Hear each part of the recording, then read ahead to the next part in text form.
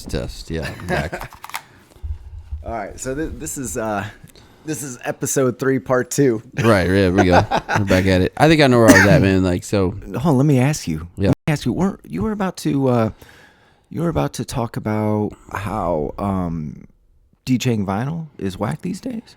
So I don't. Here's the deal. Do I think it's whack? No, but what I've been seeing is just not impressive.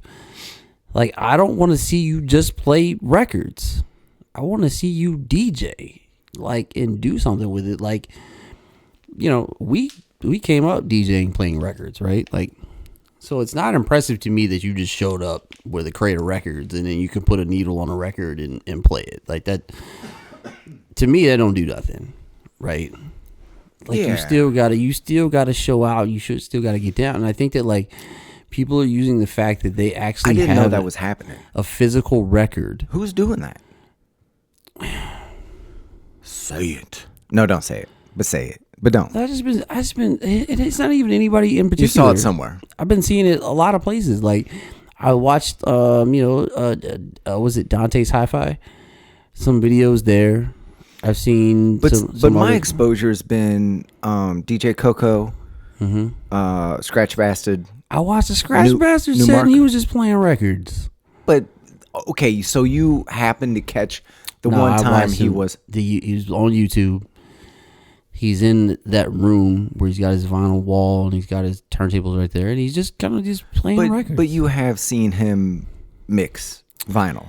I have seen him mix, I've seen him battle on vinyl, but that's the whole thing. Like, when I see someone DJ, no matter if they're using Serato or controller, if you're like showcasing yourself DJing, and especially with vinyl now, because that's what you're using vinyl for, because you want someone to see you using vinyl. Like, I have this physical copy of the record, and But also, hold on. Let me. I gotta ask some questions, man, because okay. like this isn't adding up to me. Like, is he playing like just jazz records? I don't care what he's playing. No, dude, because there's certain records. Like, I'm not gonna mix classical records. I'm not gonna mix certain jazz or rock records. Like, I'm not gonna mix them. But I might, like, as I'm doing, like showcase them. Like, I'm gonna cold drop or blend, not blend. But why do you need the records to do that? Like a showcase sort of thing. I think it can be. But what's there to see? Is you're being a selector. Well, and then so that is maybe something that you and I do not necessarily agree on, because when I first saw DJs as a kid, they were not mixing records. They were selectors. And they were playing parties, and they were just like, here's a record, now here's another record, now here's another record. In a certain part, at point of the night, like, he's playing more like the records that everybody's going to dance to and sing along to. But I don't think you necessarily have to mix and scratch and all of that to DJ. Like, I like doing that, and that's what I do when I go play a club and I'm trying to keep a dance floor going. But I think that they're also, like, at a wedding when you're playing for the dinner, the section where everybody's eating dinner or whatever. You don't have to mix. You're just being a selector and selecting tracks. Does that make you less of a DJ? So this is where, like, I guess I differ. Like, so I'm seeing these vinyl showcases, which, like, come see me DJ on vinyl. Like, that's what I feel like is being pushed. And then I see them DJ on vinyl, and it's just like, okay, you're just playing records. Okay. Like, so you're not impressed. It's boring. Yeah. I'm not saying it's, I wouldn't say, hey, everybody, come see me DJ vinyl, and I just, like, show up, and I'm literally just I'm seeing a lot of that, though, man. I'm seeing a lot of that. Like, I played this song, and but at the same time, you can't call out Scratch Bastard. I saw him do it. Yeah, but it's, I don't, but you got to give that dude a pass. He gets a pass.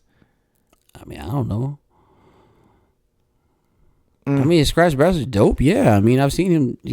But he like, can do it, and But like, I didn't understand, like, you being who you are. Like, if we're talking about Scratch Bastard, I didn't understand, like, why he did what he was doing. Like, I just didn't get it. I would have to see it, because I have a feeling like Because sometimes he like showcases records. Like he'll be on Twitch and just play. Yeah, that's here's a new record from so and so, and he's not mixing it. He's just letting it play, and then here's a new record from so and so. I have seen him and other DJs do that, but he's not doing that the whole set. That's not. He his did whole, that on the. I watched a YouTube video, and I almost watched an hour of it, and that's what he was doing. Okay. No, I have seen what you're talking about. Like, so DJ Premier will do this, Scratch Band will do this, and like, it's kind of like the sample thing. Like, oh, this song came from this sample, and he shows the record and he plays the record. Okay, I get that. Cool, whatever. Right. But like, I don't know. And like the 45 thing, it's the same thing with the guys that play the 45. How dare you, bro? Hey, that's what You're I'm hating saying. on the 45 me, DJs. Show me the guys that are like. Show me the videos. The people using the 45s, using the vinyl, jamming the way we used to jam, like the way Charlie Chan used to jam on the radio. There's only a couple guys, like Coco, like Newmark, Bastard, like the Scratch Bastard crew, like, and I'm sure that Jesse Jeff does it too. But those guys, they get down with the 45s. But my whole thing is like, you think people are like kind of riding that trend where they're not really cut out for it and trying to like shine off of, hey, I'm playing a vinyl set, come see me, trying to elevate themselves to that level by doing the same thing. Using the vinyl set as like the thing to be excited about just because you're playing vinyl. And I guess maybe it's because I played vinyl and I mixed vinyl, and that was like the only means that I had to DJ, and like that's how we learned how to DJ. And I DJed that way for a long time, and then you think it's like pretentious or snobby? Like, no, I don't think it's pretentious or snobby. You can't do it. I've got that on vinyl. Yeah, right. I don't think it's that. I just think it's, it's kind of a fad. But again, for me, it's like I want to see you DJ on vinyl, like if you're a Scratch Basher. I want to see you DJ on vinyl the same way you would DJ with Serato. Right. The bar's kind of been set. So to step back into a more primitive time and try to do way, way, way less. Yeah. All right. I guess you know what I'm saying? Like that. I kind of see what you're saying. I still want to think it's cool. And if it's an illusion, well, so be it. Whatever. Sometimes you just gotta like, it's like the suspension of disbelief, where you see something crazy happen in a movie and you know that would never happen in real life, and whatever. So it like you just have to just let it go. What would you rather see? Would you rather see somebody really jamming out on Serato, or in like DJing? When I say jamming out, there's a certain amount of risk associated with being a vinyl DJ. Like you're kind of putting it on the line. Where but if you're not doing anything to take the risk, I don't know, and that's two different things. Like I hear what you're saying. Just getting up there and playing records, not the coolest thing in the world. But if you're mixing and blending and cutting and doing some doubles and whatever, right? That's how all the DJs we grew up. Like when I say grew up DJing, when we started DJing, and our like people who mentored us, who we looked up to locally, even nationally, like that's how they DJ'd. And now all of a sudden, fast forward 25 years later, we have all these people like, oh, I'm DJing vinyl, and they're not DJing that way. Like that's what I'm saying. They're not like. Charlie just didn't play records on the radio. Like he just would play a record and then that record stopped and then he just played another one. Nah, he mixed it, he cut it, he scratched it, back to back. He was getting down. Same thing with all the rest of the guys. Cut, AJ, Sir Thorough, all the guys that were on the radio that we heard or we saw out. Like what I'm saying, like, or even like Jazzy Jeff or whoever you want to say. Like it wasn't. They didn't DJ like that. I remember I'm having like flashbacks right now. I'm like messing with my cuticles because just digging through records when you're DJing real fast, kind of in the dark.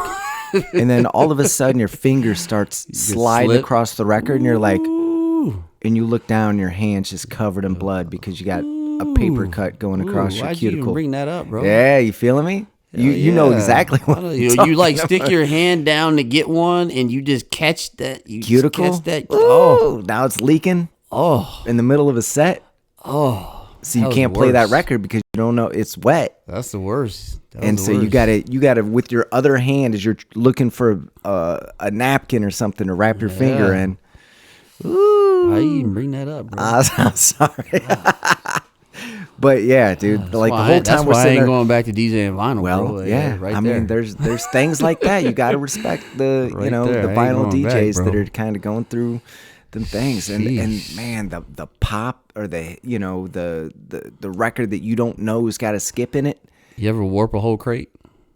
I've never warped a whole crate. I think I have warped a record or two. Oh man, you can Trying fix, to play outside. You can fix them though. You can, shout out to Daryl One Rough DJ, man. I warped a whole crate of records, and he taught me how to fix them. Damn. You just got to get them hot again and pack them tight, and then let them settle, and they straighten up. They straighten up. Yeah, that was my mentor, by the way. Yeah, warped a whole crate, man. I was so upset. So upset. That's the learning curve right there, man. When you do some shit like that, bro, like you're like, oh shit. What do you think? Like, what's your like top couple of worst things that you've done during a DJ set? During a DJ set? And let me get the first one. Okay. Let me get the first one. I'm gonna let you think for a second Okay. as I'm saying this. So I'm DJing at 1014 ages ago, and I'm DJing with Yoshi. Okay. And we're both on vinyl. Yeah. And we're playing like a CD out of the CD player when we're switching over the Yeah. USBs.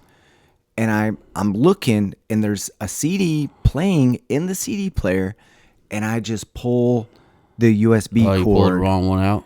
and Everything stopped. the we were on these big Pioneer mixers, Yeah. and it wasn't it was the audio wasn't coming through, like Yeah, something yeah, wasn't yeah. switched or whatever. Yeah. And anybody that remembers 1014, I mean, there was like 1,000 people that it's like hands in the air rocking. yeah, it was yeah. crazy, and I just pull, and that Yeah, was you one of killed those it. days. Was like, all right, I got to cut this drink out. And Man. I remember Yoshi turns and looks at me, and he goes, "I've never seen you make a mistake before," and I was like. Yeah, man. Jeez, Ah, man. Like it was like I was feeling just all of this embarrassment, and then the pain, and then him like Yeah. in his Japanese way, like insulting me. Yeah. I'm like, oh my god, this is Yoshi awful. was such a cool cat though, man, because they talk about drinking, man. That cat boy. But Man, I'm not even gonna put that. Like we all were getting crazy. Maybe not you, but I never got crazy like so. Here's the thing, I did a couple of times. I never was a big drinker, but there's been times, and people that know me know. you ever had to like one eye it where you Bro, can't see like, the I'll tell screen? you, man. You're like, So I can't. at the Oz Because it's just going wah, wah, on my wah. birthday, I don't remember which birthday it was. I was DJing at the Oz. Didn't tell anybody it was my birthday. I was like gonna just fly under the radar and chill, DJ tonight, go home, whatever. So the promoter, Stuart Allen, finds out it's my birthday some kind of way, and all of a sudden here come the shots.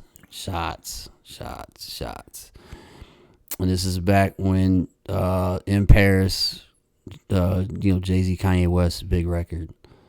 I think I played it like 4 times in a row. Cause I was lit, man. I was gone, man, and they just like whatever, and I just kept running it back. Let's go back to that too when we're talking about the stupidest stuff we've ever done. But what were the records that you could get away with playing multiple times? That, cause then nobody the thing was when I did that, nobody tripped. Like people knew, and they were I think Reese was there, Micro was there, Stuart obviously there was some people there, like some other DJs and stuff there. They knew, and they were like laughing at me. But the crowd didn't trip. They was whatever. They just kept partying. But The one that stands out for me is Missy Elliott, "Work It." okay, When "Work It" came out, like you could play that song over and over, yeah, like you 2-3 times in a row, and that song was so ahead of its time. It sounds so old now, right. but when that came out, that was just Yeah, it all that- sounded so futuristic, all like that Timberland way stuff was crazy. ahead of its time. Yeah. All that What stuff else? was What else crazy. was one you could do? songs you multiple could play times. multiple times. I mean, 50 Cent in the club. I mean, you could run that a couple times in a night for sure. Yeah, and this is when the song came out, people. Yeah. This isn't, we're not doing Yeah. in the club back to back. No, this was tonight. 2001, 2002, whenever that song came out. Do you do the New York, yo, yo, yo, bring it back, bring it back? Explosion, Nah. air horn. I do steal from New York style. You know, I'll slam records. Yeah, But no, I don't. I call it cold drop. Yeah, cold drop, whatever you want to call it. I will do, not the whole night, but like I think there's a time and place for that because it just creates that character and Yeah. And whatever. And I think sometimes, like, I know this is crazy, and DJs are gonna, feel differently about this, but I'll cold drop a totally different tempo, and I'll do it several times throughout the event because I think it wakes them up a little bit.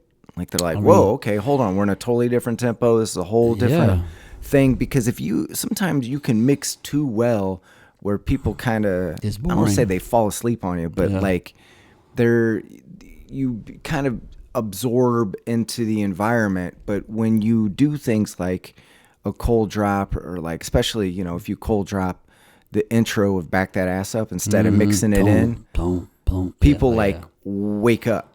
Yeah. So, yeah. I mean, and not to keep going back to Jay-Z and Kanye, but that song works for that. That you could drop it two different ways. Ball So Hard, you could drop that. Or I think that's Will Ferrell. We're going to skate to one song and one song only. Yeah. Like, yeah, you could drop that. Like, and yeah, you could come out of whatever. Like, that's from Blades of Glory. Is that what it's from? Yeah. Yeah, we're going to skate to one song only. Ball So Hard, motherfucker. Hell yeah. Drop that all day. Like, I actually use that as an emergency button. Like, so if I ever get stuck, songs like that, songs like Back That Ass Up, songs that I know I can just drop cold and they will work. Right. Ludacris, How Low Can You Go? Songs like that where like, all right, man, I don't know what I'm gonna mix next. You just get stuck sometimes, right? Man, I can drop this cold out of nowhere and it'll work. Yeah. Yeah. Yeah, 100%. Like, I think that's understanding too as a veteran DJ, like how to break the rules. Because the rule is you gotta mix every record, right? You gotta blend every record, but like that's not reality all the time. And then when you understand how to break the rule, it's dope. Yeah, there's a difference between intentionally doing it because you're creating an effect. You're it's intentional versus I'm screwing up because I don't know any better or my skills aren't there or whatever. So, right. Yeah, that's a totally different sort of thing. So anyways, back to you and the awful things that you've done while DJing, or the worst things that have, man. So you got drunk, you got wasted drunk, you played. All right, my turn again. I got one while you're thinking of it. Yeah. So I'm DJing at Buka, back deck of Buka, and it's Halloween, and it's kind of like I guess it had just rained, so it's kind of humid, and part of DJing on the back deck, because it's the back deck and it's just kind of open, you can just walk up the back deck, is you would have to bring out the amps and plug in the speakers, and you would plug it in. And this particular Halloween, I'm dressed as a mad scientist. I'm part of the 24 scientists. So I got the scientist, what's it called? The white robe. Lab coat. Sorry. Yes. And I've got all this gray dye in my hair, and my hair's all puffed out. Oh, you real went all big. the way. You went all I out. was mad scientist, right? Yeah. And I'm setting up, and I plug in the amps and didn't realize that there was part of the wire in the extension cord was missing. So I plug it in the wall, and I just go pop, and I just electrocuted the shit out of myself. And I'm laying there on the floor. Oh, you fell out. Yeah, I'm laying there on the floor, like my whole right. And so I'm like, I keep waiting for somebody to show up to like scoop me up and, you know. You just lay it out. After like a few minutes, Frankenstein. I'm just laying there and I'm like, I gotta get up. I gotta get up. And so I get up and of course, you know, I grab something. I still gotta plug it in. Like it's showtime. Like I think by the time I got up, one of the managers like, you ready to go? I'm like, give me a few minutes. And I go to the bathroom and I look in the mirror. And of course my hair is all, sticking out to here and whatever. And I just look so ridiculous. And I'm like, oh, you got electrocuted for real. I got electrocuted for real. Oh, wow. And still had to DJ that night. Oh, man. And normally, and so and that was a night that I kind of had to just like, I was mixing, but I was letting songs play extra long. I was like, let me see, let me just try and make it through because, man, it rattled my cage. I was... Yeah, that's a good one, man. I don't know if I got one like that. Messed, like, laid out, electrocuted on the ground. I don't know if I got one like that. Well, it's not a competition. That's wild. I'm starting to think of some of these moments where I'm like... I guess for me, it always... I hate to say it, it has to do with being drunk because, like, it doesn't take a whole lot for me to get drunk. And so... the times I've gotten drunk has never been on purpose. So like I've never gone out, even if I'm just going out, I never like, oh man, I'm going out to get wasted. That's not who I am, right? So if you do catch me wasted, which now you probably won't, that's like very slim to none happening. But if you caught me wasted back in the day, it was a total accident. Like that was not planned. And so DJing in Chicago at I don't remember, Transit, I think was the name of the club. The promoters were Asian Filipino guys, and they drank dark liquor, and I don't know nothing about how Filipinos drink. Maybe I should have hit my homie DJ Deception and got a little, background before I went or whatever, but he would have told me. But I found out after the fact that they like to drink dark liquor. So they getting shots. Oh, you got to take the shots. Man, they're peer pressures. I'm taking all these shots. And again, for me, I'm not a big drinker, so it don't take much. So you think dark liquor, multiple shots with me, I'm toast. So one thing I will say, I don't remember DJing that night at all. Blacked out. I do remember throwing up in the bathtub of the hotel that I was staying in. And then I talked to my boy D Double after. I was like, yo, and he's Filipino. Yo, what's up with these cats? And he's from Chicago. He knew the guys. What's up with your boys, man? They just got me lit. He's like, yo, you didn't know? I was like, I didn't know what. Like, Filipinos like dark liquor. I was like, what? It's like, man, I didn't know that. So yeah, they got me turned lit. Like, yeah, I don't even remember like how you remember. Like, oh, I was just letting. So I don't know what I did that night. I think that bartenders, whoever thinks that we are like invincible because even still, like I'm not a big drinker. Anybody that knows me well, not a big drinker. That doesn't mean I won't ever like have a shot, but I do little girly shots. I do little fruity. Yeah, give me a little. What was it? Something that's probably like 20%. Well, Bomb's got Red Bull in it, which I try to avoid Red Bull these days at my old age. But yeah, man, they try like a lemon drop. Like they'll make you a shot that is basically like a whole drink with no ice in it. That actually happened at 360 what is this? To me 2 weeks ago. So see this homegirl that I went to high school with. She's like, I'm like, you want to do a shot? She's like, yeah, I want to do a shot because I knew she was a drinker and I knew she was gonna want to do a shot. So I was like, one of the bartenders, he's a homie. I was like, go tell him you want 2 shots of whatever, right? You whatever you want to do. So she come back over with 2 almost full glasses of liquor. Yeah. I'm like, yo, I thought he was doing shots. What is no ice in the glass? None of that. I'm like, what is this? Yeah.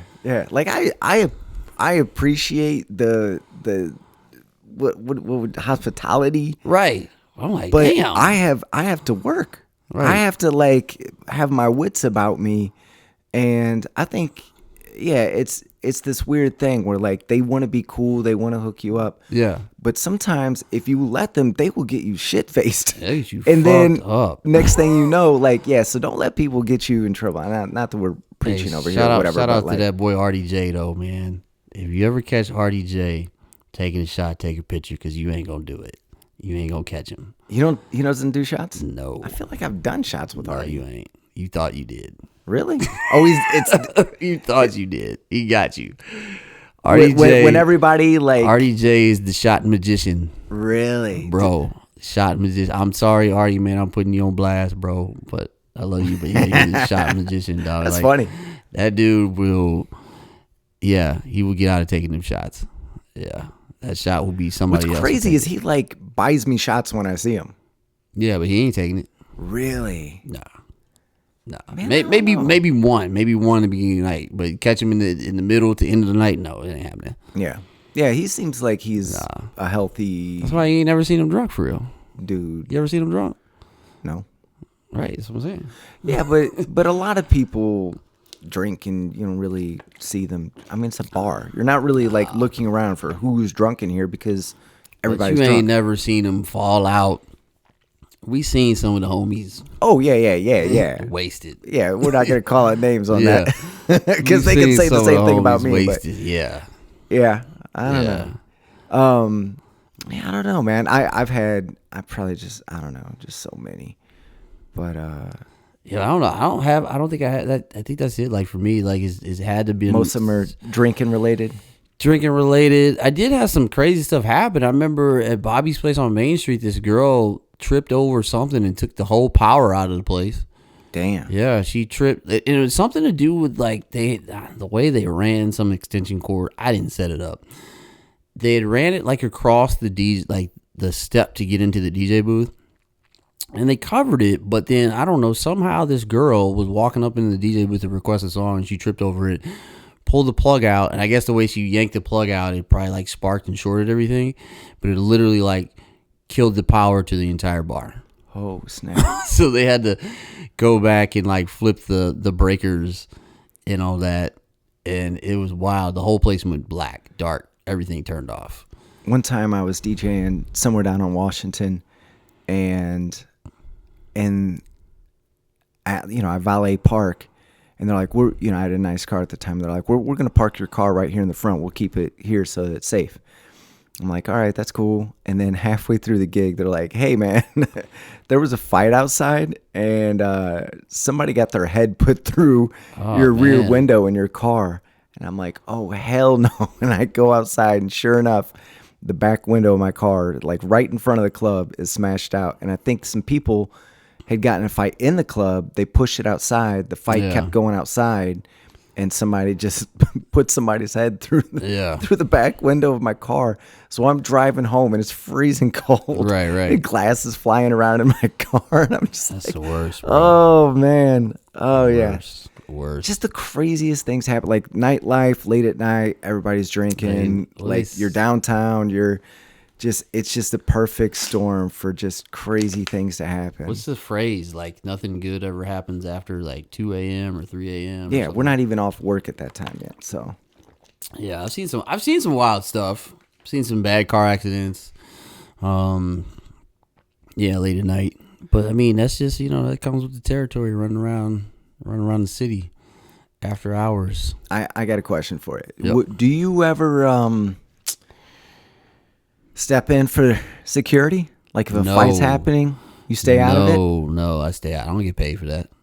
Right, sure. But I just figured with you being kind of a big what's guy, funny is that kind of situation happens from time. Hey, Q man, they fighting out back. I'm like, that's cool. Like, I ain't got nothing to do with it, bro. Yeah. Not even a little bit. No, I've never been that guy to jump in to fights, bar fights. I've never been in a bar fight. Knock on wood. I just never been in one. But yeah, from time to time, like people have approached me because a fight has broke out, and they wanted me to help, and I just turned it down. Yeah, the offer to help. Like, no, thank you. No, I'm not that. No. Mm-mm. Well, and then you've got a little drama associated with you, right? I'm not a part of that. No, I don't. I have no desire to be a part of that. What about you? You jump into that stuff? Oh hell yeah! Top ropes. I'm jumping straight. I didn't know what you got the jiu-jitsu background. You know what I mean? Like, It's like, okay, I'm kidding, I'm go kidding. time, baby. That would be awesome. Like a little skirmish breaks Yeah. up, and I just come flying over the ropes. No, man, That'd be I'm crazy. out, bro. I'm like, they fighting back. Oh, shit, that's crazy. No, I mean there has been times like I've not. I don't think that's ever really happened. I've seen it happen. I think I watched Stan the Man like kick people out before. Really? Yeah, jumped Stan's on? a little badass. Yeah, I don't mess with it, man. I never. So our homie D Mega, he used to do that. He would jump in and help the fights, and I was standing there. I'm not doing it. I could see him do it. He's one of them dudes that's kind of looking for a little scrap. Yeah, you know what I'm saying. I'm like, yo, and I would have to pull him back, like, yo, that ain't us. Like, that ain't us. No, get back over here. Yeah. That ain't us. That's their job. What? So what's your stance on like when the fight breaks out about changing the music? Like, do you? Actually, that's something that I always talk with management about. Like, I haven't had to, I've been in the same place and haven't really stepped out on my current situation in quite some time. But I always talk to them, and well, not changing the music like as the vibe. I mean, like at the moment. no, that's what I'm talking about. Yeah, if Okay. a fight happens, I don't adjust the music. I don't turn it down. I don't do anything. Okay. Sometimes I'll have a flashlight. And I can do a little hit the security. a little security over to the DJ booth Yeah. situation. I've done that before, but yeah, man, There's some DJs that really subscribe to like just playing something off the wall, like some country Garth Brooks. no, because a lot of the places that I play are so big that most of the club doesn't even know that a fight's going on. So I'm not going to, you don't want to give people the impression that it's over or that, so I'm always just, I keep running it. Or like cutting the music. No. Yeah. And I like some people are like, well, I'm going to play some Frank Sinatra or something like that. But what I want to do, because I'm thinking like, if people see that a fight's going on, they might think, and even if it gets broken up, they're going to think, oh man, this is there's fights going on. Let's get out of here and let's go somewhere else. Yeah. So I'm thinking, what's the most fun thing that I can do right now that's going to make people go, oh, even if a fight did happen, I want to stick around because I'm loving this song, or all of a sudden now all the girls are dancing. Energy. Yeah, where it's like, divert the energy. That's a good way to put it. Yeah. So that's kind of having a record handy if a fight breaks out where you can, but it's not a fight, right? But if I'm DJing and I see like guys come in with ski masks on or something like that, which I'm not saying that happens all the time. I'm just saying that like you see like people come in that are looking suspicious. Yeah, right. Then I will sometimes like I'll play some Salt and Pepper or something that's like where I might have been playing maybe a Lil Wayne record or whatever, and just kind of like where the rest of the crowd is vibing with me. They're like, okay, cool. We know what this is because this is, it's party music or whatever. But I'm not going to I'm not going to play real aggressive music. I'm going to play very, like, R&B. Yeah, keep it party. Keep it chill. Yeah. Something that's going to be, so it's not like, because I see guys do that where, they'll play a song and they'll see a bunch of guys like jumping up and down, and it looks like there's a bunch of activity and energy in the room because, and I think we talked about this before. But then they'll play another song like that. They'll go from like, Sheck West to, Waka Flocka to this to that, and they keep that like kind of aggressive energy going. And if you're paying attention, all of a sudden you stop seeing girls. You keep that going for 30 minutes or whatever. Next thing you know, you look up and you got a club full of dudes and no girls anywhere. So, I will dip in and play those fights. And then it's a bunch of, there's no prospects anymore for the dudes. Yeah. So why not just, all right, wait for somebody to look at you wrong and, Now what we gonna do? antagonize the situation. So, Yeah. dude, we have had this going for a while. I think we're gonna release this as like part 1 and part 2 because we do probably have like 2 hours worth of stuff here. Yeah. But I don't know. Did you have anything else you wanted to? No. Just going back to what you said. He's like I agree with the whole, not diverting the energy comment to music. I don't think it's the right thing to do to cut the music or like, slam into something that's just like totally off the rail or against the grain. Like if it's drawing like attention, a spotlight, right? Exactly. It draws more attention to the situation than to try to keep things kind of moving, right? And let security handle it. And I think this is definitely advice for other DJs, and I really feel like that's the way to do it. Like you said, kind of divert the energy, try to keep the party going. Then, like you said, shine the spotlight. But yeah, I definitely agree with that. But I think about that a lot because I see people approach it differently, and I don't know, when I see people approach it that other way where they cut the music or play Frank Sinatra, I don't think that helps the situation at all. Like I've never seen that like work. Yeah. I think it's just one of those things that somebody said it somewhere along the line. It went viral. Yeah. And so now people think, oh, well, I have a solution for that, even though it's not, it doesn't work in reality. Right. But yeah. Anyhow, well, what you got going on for gigs this weekend? This weekend, we at 360 downtown Friday and Saturday. And then. Oh, really? That's it. Yeah. Cool. Downtown lounging. Yeah. That's dope. I'm going to try to get down there to see you on Sunday, bro. Yeah. This Sunday.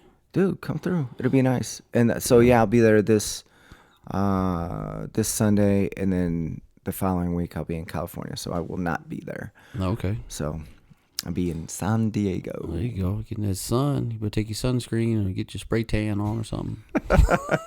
Yeah, something. So I'll be out there for like a week. I probably shouldn't say that. Somebody's going to rob my house. No, I probably shouldn't say that because somebody probably really is going to do it now. Yeah, by the time I watch this, he'll be back. All right. So I'm A Flex. This is DJ KUE.